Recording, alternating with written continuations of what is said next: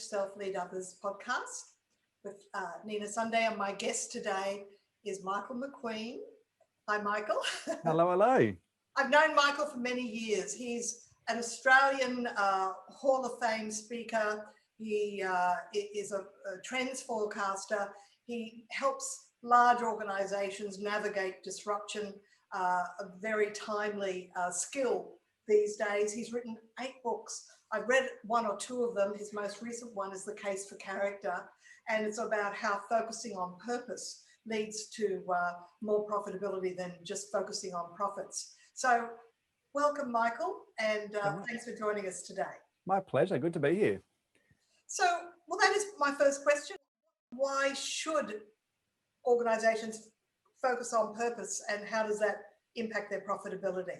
Well, I mean, there's so many reasons, I guess, altruistically to focus on purpose. You know, I mean, that sense that I think all of us want to use our time on earth to contribute to something useful, you know, to do something that we can look back on and go, I'm glad I was a part of that. I'm glad we did something that actually shifted the dial or changed the tone of society or our community in a good way. So I think there's that sense of if you want to be spending your life doing something, you may as well be doing something you can be proud of and pleased about, rather than just going, hey, we had a couple of great quarters and a few wonderful years financially, and I got a great share package and sailed off into the sunset. I think at a gut level, most of us want to be part of something that's meaningful and weighty and worthwhile. But beyond that, so if you wanted to sort of just set that altruistic side apart, set it aside for a moment, I think that the commercial benefits are significant, particularly if you look at, as you navigate crisis and times of difficulty, the great benefit of purpose is it gives you, I guess, a grid through which you make decisions. You know, suddenly, if you know what you stand for, it's easier to know what you say yes to and what you say no to. You know, which corners you cut, which parts of the business you'll scrimp on in terms of reducing expenses, and which ones you go, no, this is a priority to us. We're going to stand by this, even if it is costly in the short term. So I think the beauty of purpose in the short term, particularly in a time of crisis, is huge. And there's some great examples of that. I love the example of KFC a few years ago. So KFC, 80% of their stores in the UK ran out of chicken, which is not great, like when your name's KFC and the C stands for chicken. But I love the way they responded to this. So I mean, a lot of KFC's purpose is about consistent customer experience. And not just that, but there's a sense of they want to be a brand that's just real, that's just a bit irreverent, don't take themselves too seriously. And you see that in so much of their ad campaign material over the years, that they're a bit edgy and a bit irreverent. But I love the way they responded to this crisis. You know, in the midst of this, well, first thing they did is they actually closed all their stores across the UK, even though they had some stores that had stock, because they realized that if it couldn't be a consistent customer experience, that went against their core values, their purpose as a brand. So at great cost, closed all their stores, but also their sense of purpose and identity informed the way they responded in some other ways too. So they actually, in their response, I love this, they took out 2 full-page ads. And you know, instead of the words KFC being spelled out on the bucket of chicken, it said FCK, which of course any reader could figure out what that meant. And so it was a bit edgy and irreverent. And the text on this advertisement basically said, "Hey, sorry, we stuffed it up. You know, we need to learn from it." Like, just completely transparent and open and authentic. And it went viral. Like 200 million people had seen this within 48 hours because it just went viral online, this advertisement. Because the moment you see a brand that does stand for something and is willing to have a laugh at itself or just stand by principle even when it's costly, man, we respect them for it. And we've seen some great examples of that, if we've got time, even some other case studies that we could look at even in our chat now, of just how effective purpose can be in guiding your decision-making, particularly when times get tough. Yes, purpose is important, but I have seen a disconnect between the organization having a grand purpose, yep, and the individual contributors not even remembering what that is. So yeah, is the brand even communicating it to their individual contributors? And the other thing is, sometimes individual contributors have a different short term or a short focus purpose that supports the bigger picture purpose. Yep. Sometimes teams like the IT crisis desk, their purpose is to support the people that have the grand purpose. So how do you bridge those gaps? Well, I think if an organization is going to say this is what we stand for, this is our purpose, or this is the DNA of the organization, everything has got to support that. The biggest disconnect I see is when the organizational leaders say this is our sense of purpose, this is what we stand for, these are our values, this is our essence as a brand, but then what they see is behaviors that don't match it. And the moment there's, and it's not even just hypocrisy. I mean, nothing even as malevolent as that. It's just when, we say one thing, but what we incentivize is something different. It's like, well, if that really matters most, then you'll put your money where your mouth is, and you'll incentivize people to do the behaviors that lead to that. And Toyota have done that very well. I mean, Toyota sales reps in dealerships don't get paid purely based on the vehicle they sell. It's not a commission-based model. They get paid based on the customer satisfaction rating they get after the sale. So that idea of how do we put in place incentives that reinforce the purpose and the values? Because if those incentives aren't there, you may well say this is what we stand for, but if that's not reinforced, it doesn't become part of culture. And so I think the disconnect is often there, not in terms of just, the leaders know it and that the rest of the organization doesn't, but sometimes this organization knows it. They also know that the leaders don't really actually care that much about the things they give lip service to, which breeds massive cynicism in the organization and a huge breach of trust within an organization between people and their leaders. But also, if there's not a sense of actually putting your money where your mouth is and incentivizing the things we value, then people will just see it as lip service as well. Yes, so leaders can fall into the trap of pragmatism and forget that idealism can actually be the wave that pushes everything forward. Yeah, definitely. For managers that are working at ground level with their teams, I mean, it might be too big a task to say, to try and create an initiative that, we all have to have our own purpose, etc. Just in a staff meeting, they could probably find a big reason to communicate with their own team about the bigger picture benefit. And I'll give you one example. I had to do customer service training at Mount Buller, which is the ski resort in Australia. Yep. And as on the drive there, I was thinking, well, what is their biggest purpose? This is lift drivers, hospitality, paramedics, everybody that works at the resort. This is before it opened for the season. And I decided to make it that you're helping Australia win gold medals at the Winter Olympics. And when I said that, I paused and I could see people sort of shift in their chairs and go, yeah, that's right. That's what we are. Yep. So is that something that managers can do, that they don't have to wait for the organization to make an initiative? They can do it with their own teams. Yeah, I mean, certainly giving that sense of how what I do, my small part, translates to something that's bigger and more ambitious and meaningful. That's part of the key, and to keep people engaged and inspired by the purpose or vision. But the other side is, how do you tell the stories that model the behavior you want to see? Because stories build culture. They're telling the stories of the customer service rep who went above and beyond, who, I remember working with a client once that had the online retail store, and they had a customer order a whole lot of things for a party on the Saturday. On the Friday afternoon, the order got stuffed up. It didn't get out the door in time. It was meant to be there within 3 hours, the 3-hour delivery turnaround. It wasn't going to make it. So the staff member on their way home dropped it at the person's house. And you can say, hey, we stand for customer first, customer service, delight the customer, all those things that we often hear in organizations. But when you see a story like that encapsulates the DNA, that's it. Because those stories get spread. They become part of almost the mythology or the folklore of an organization. That sets culture.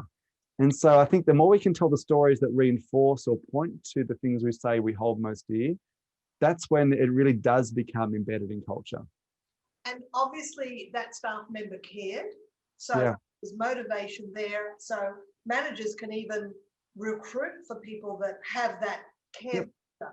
Definitely. Are they good at results? Are they well qualified? So maybe these softer skills of high emotional intelligence are something managers need to think about when they're even recruiting. Yeah, I think the thing to be really honest about, particularly small to medium-sized businesses, is that it's what you stand for is most severely tested when you can least afford it. I think this is the hardest thing is, and what we've seen this year during COVID over 2020 is that it's been so tough for so many organizations. This is when you really see what organizations and brands really stand for. And often you can make decisions that go against your values in ways that I don't know, you could easily justify away. You could go, oh no, but it's different because of X, Y, and Z. I mean, for instance, I remember I often shared the story about a group of optometrists I was working with a few years ago. And it was interesting, it was a full day workshop with this group. They were all the practice owners of these optometry firms from around the country.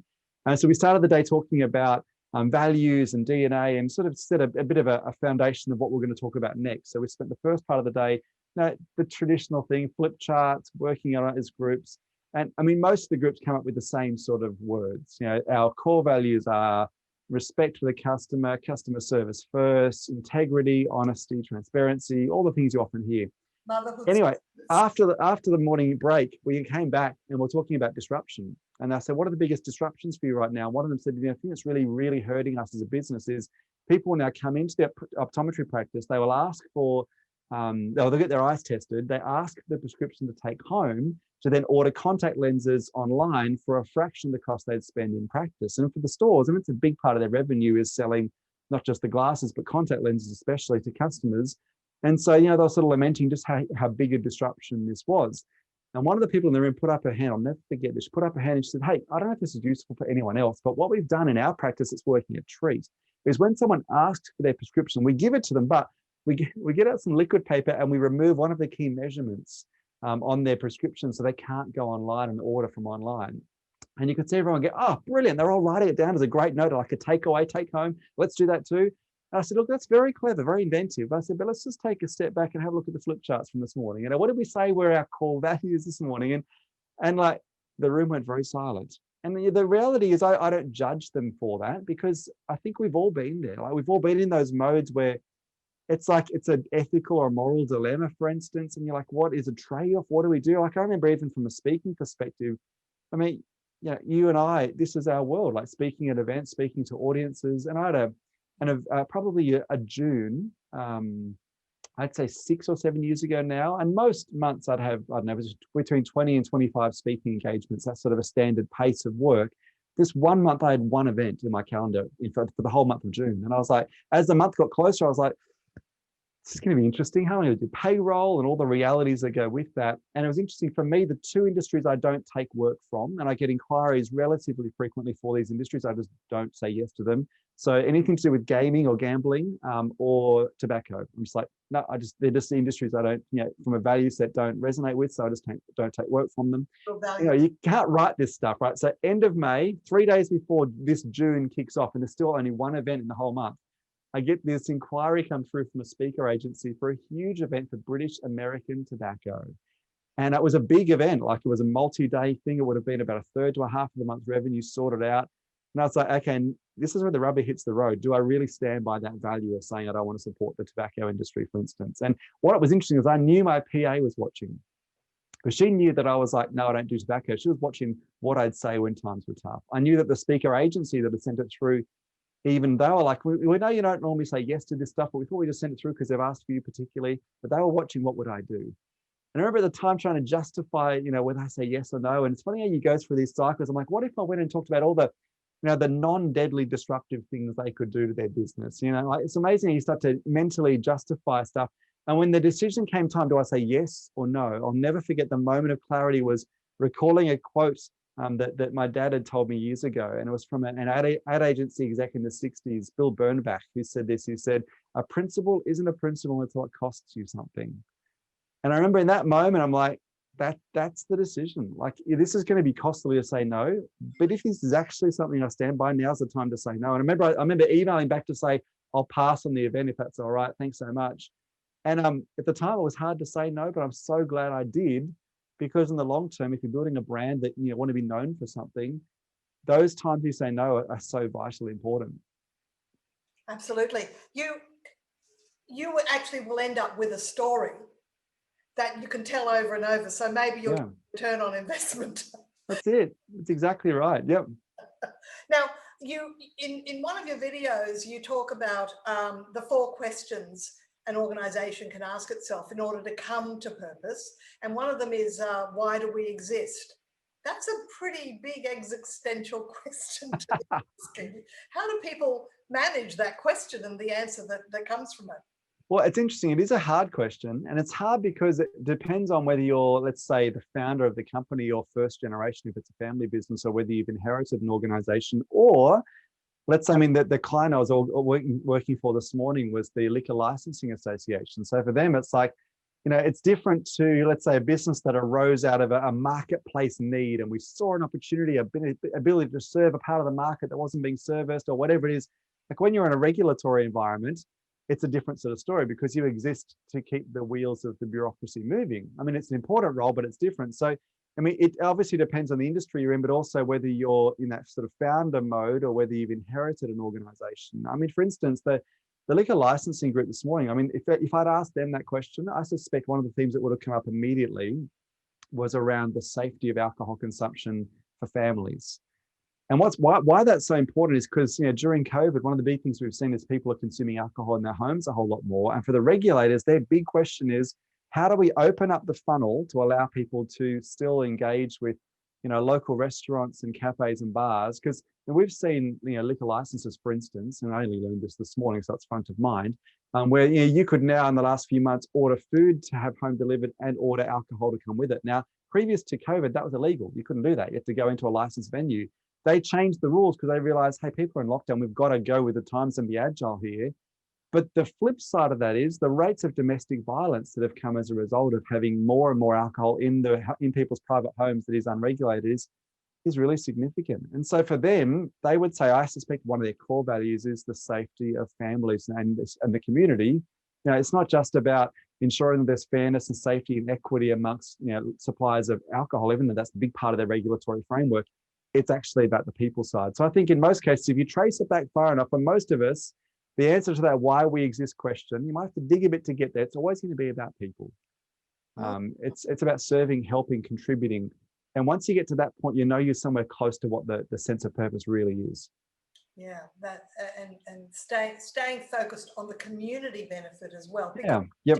If enough, you'll find it, and then you can communicate it to the people that work in the organisation. The second question is around the ability to encapsulate your purpose on the back of a T-shirt. Yeah. Examples of that, of some teams come up with some really good ones? Well, often, yeah, they do it in terms of like a picture or an image or a slogan or a couple of words. But I think that's the beauty of that exercise is that it forces you to get really succinct. Like you get right down to the core of what an organization's about. You know, because for a lot of us, it's easy to use a whole lot of flowery words, but when you get to the point where you just it's a couple of a simple phrase that's easily repeatable. And that goes to your point before about the disconnect between leaders and staff. When it gets complicated, that's where the translation stops, because people no longer really know what it's about. And so I think, you know, I'm trying to think of some examples immediately now. I mean, even look, I think it's Apple's old slogan of "Think Different." And you had Nike just do it. I can just do it. I mean, Aldi is good, different. This idea. I mean, these are simple words that, I mean, that passes the back of the T-shirt test, where it's like, how do we whittle it right down to something that is so simple and repeatable that it sticks in your head? And I think there's some great examples of that. That I think, you know, for a lot of us, that's where ideally we want to get ourselves to in terms of our personal brand. So it's not an elevator pitch that's 30 seconds long. We can get down to something really, really simple.